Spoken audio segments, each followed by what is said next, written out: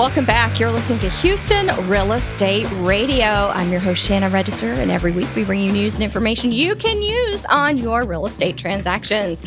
So this segment, I've got Kevin Roberts here in the studio with me. He's our state representative for Texas House District 126, newly elected. It's going to be an exciting year for you, so welcome to the show. Thank you, Shannon. It's a blast to be here with you. So let's talk a little bit this segment on legislative issues, what's going on, what you expect for the year.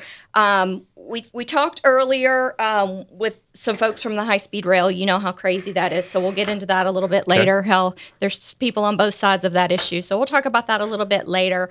I want to start with what you expect to see this year legislatively. What are the issues that you think are going to be most important? From a statewide perspective, there are really three key issues.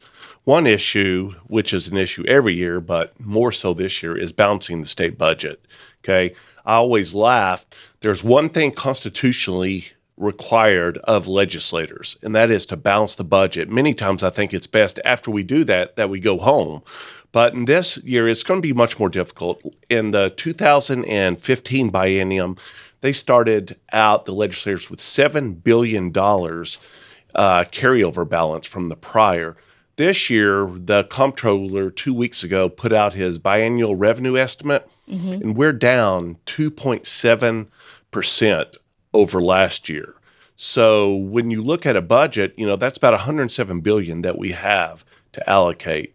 About $4 to $5 billion less than before. And a lot of that you can't change. I mean, a lot of that's federally regulated with education. I mean, there are a lot of components of it that you can't adjust, right? That's a great point. 75% of our budget is dedicated funds or constitutionally required. So we have 15% to deal with. And that's all you can really And that's all. And, Prop 7 was a great thing, okay? Well supported at the ballot box.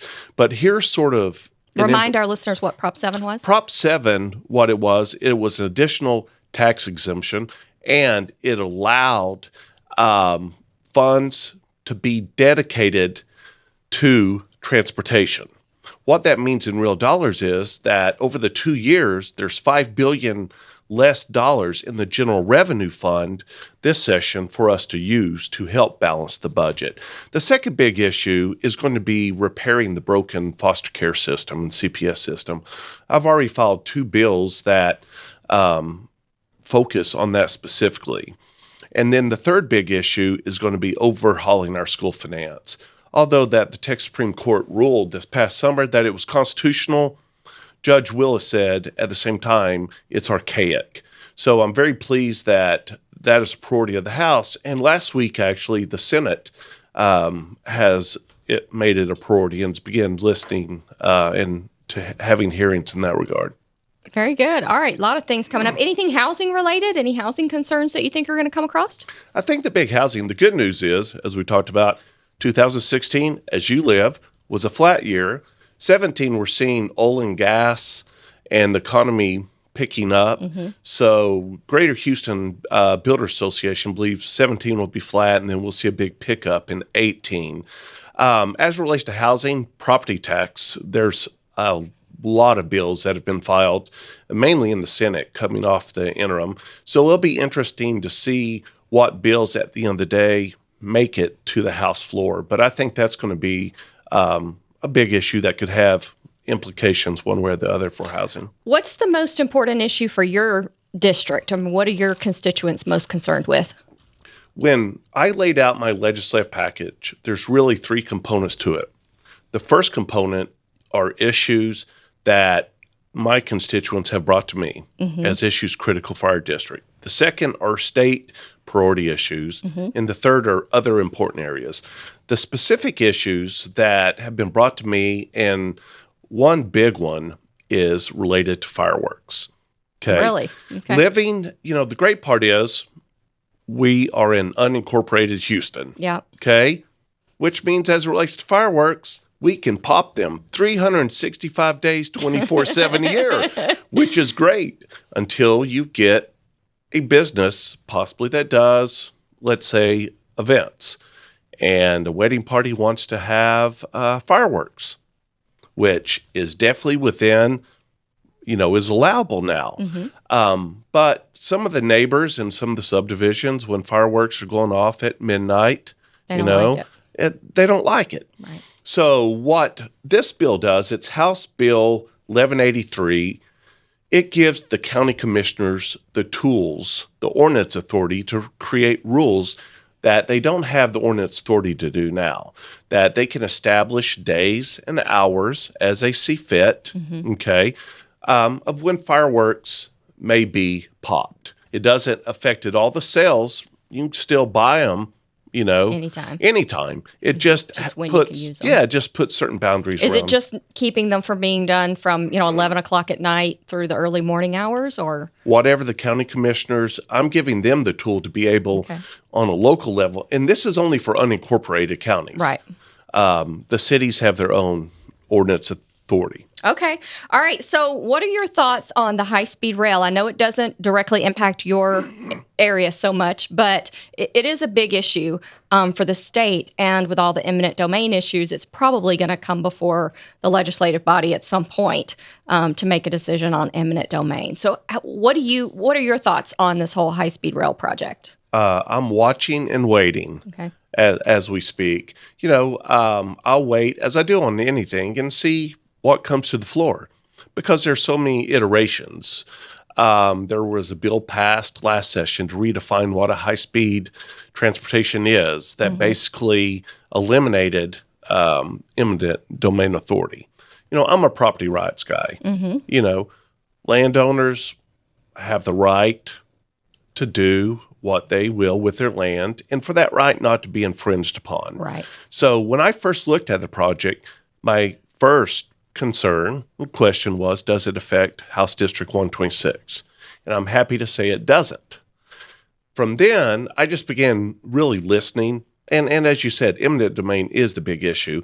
And there's really nothing to address until the court rules on that decision that will come before them in the near future. Have you heard that that President Trump is supporting the high-speed rail? I heard that it was part of his priorities. Yeah, it's interesting. That is interesting. It's interesting that it's the issue's gone all the way to Washington. He must have got stuck in 45 traffic. Probably so when he was on the campaign trail, because I went to see him when he was here in Houston, and so he probably learned about a lot of our issues then. So what do you think if eminent domain were to come before the House and it's coming directed because of the high-speed rail, do you think that legislatively it could pass that private businesses could take advantage of eminent domain? It's a difficult decision because as Republicans, we believe in free enterprise. Okay? I'm all about competition. Yeah. We don't want to stay in the status quo. We know transportation is a critical issue. Okay?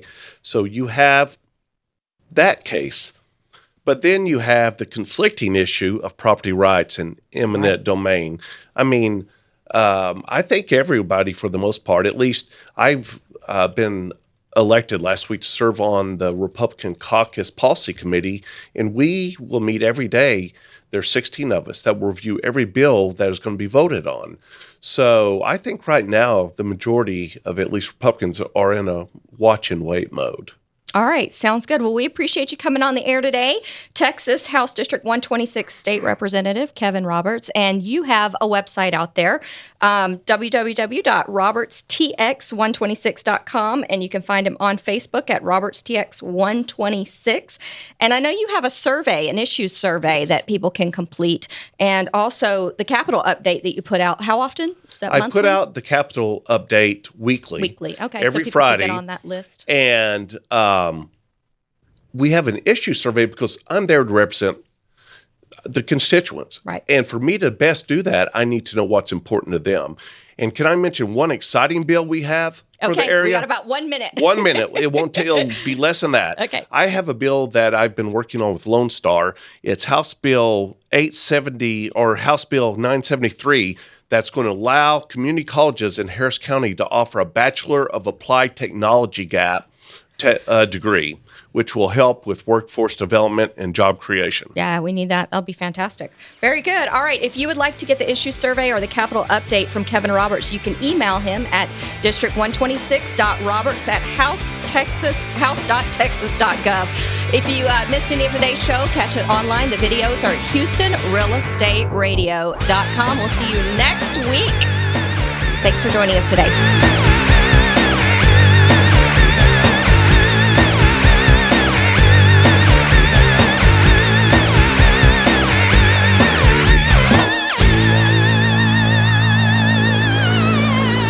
People often find themselves in need of storage and moving, but don't want the hassle and stress. Sound familiar? Well, at Zippy Shell, we make storage and moving easy. Zippy Shell will deliver a storage container to your home or business. You load it at your leisure, and we'll take it to one of our safe, convenient storage facilities. Or ship it to your final destination. We treat your stuff like it's our stuff, because we understand you're not just giving us your belongings, you're giving us your trust. Zippy Shell.